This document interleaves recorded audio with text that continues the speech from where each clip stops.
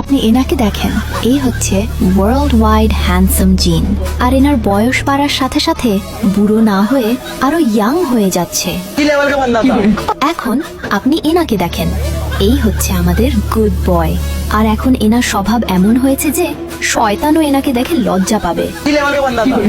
আর আপনি এনাকে দেখেন, এই হচ্ছে আমাদের স্যাভেজ বিল্লু। সে যখনই ফ্রি টাইম পায় তখনই ঘুমিয়ে যায়। আর এই হচ্ছে আমাদের লিডার র্যাপ মনস্টার, যাকে আমরা ডিস্ট্রয় মনস্টার নামেও চিনে থাকি।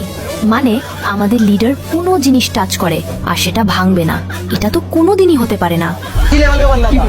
এই হচ্ছে আমাদের ছোট প্যাকেট, বড় ধামাকা, মানে আমাদের কুকি। সে প্রথমে অনেক লাজুক ছিল, এখন ইন্টারন্যাশনাল প্লে বয়।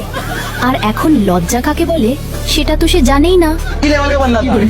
আর এই হচ্ছে ভোলা ভালা, মাসুমের মতো দেখতে জিমিন। আর সে এত ফ্লোটিং করে যে আর্মি তো দূর থেকেই বলে দেয়, এবার বন্ধ করো জিমিন, আমার লজ্জা লাগতেছে।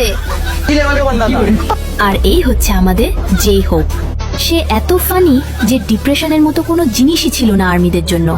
বাট এই জে হোপই 2025 সালে সকল আর্মিকে ডিপ্রেশনে ফেলে দিছে। মনে আছে? খেলে নেট করো।